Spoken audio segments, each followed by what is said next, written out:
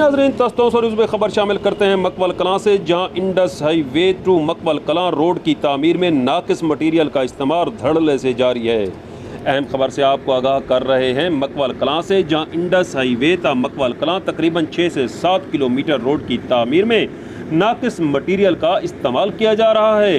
यहाँ मौजूद हैं हमारे रिपोर्टर हाफिज असमतुल्लाह, जिनके मुताबिक वज़ीर आला पंजाब सरदार उस्मान अहमद खान बुज़दार इलाके की तकदीर बदलने के लिए छोटे बड़े मुतअद्दिद देहातों को इंडस हाईवे से मिलाने के लिए रोडों के मंसूबे दे रहे हैं, मगर एक माफिया सोची समझी साजिश के तहत इन मंसूबों को सबोताज करने के दरपे है। ये रोड है Indus highway to Makwal Kalan का, जिसमें पुराने रोड का रोड़ा निकाल कर इस्तेमाल किया जा रहा है। यही नहीं, कहीं पर तो रोड़ा है ही नहीं बल्कि मिट्टी की तह जमाई जा रही है।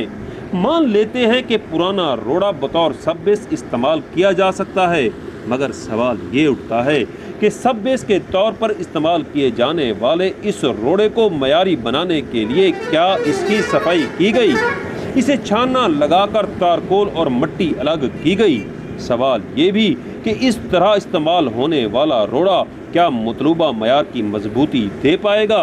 और सवाल ये भी कि ठेकेदारों के ऐसे अमल पर आखिर नोटिस क्यों नहीं लिया जाता? हाफिज असमतुल्लाह के साथ सुहेल शहजाद, तस्तौसा न्यूज़, मकवल कलां, तौसा शरीफ।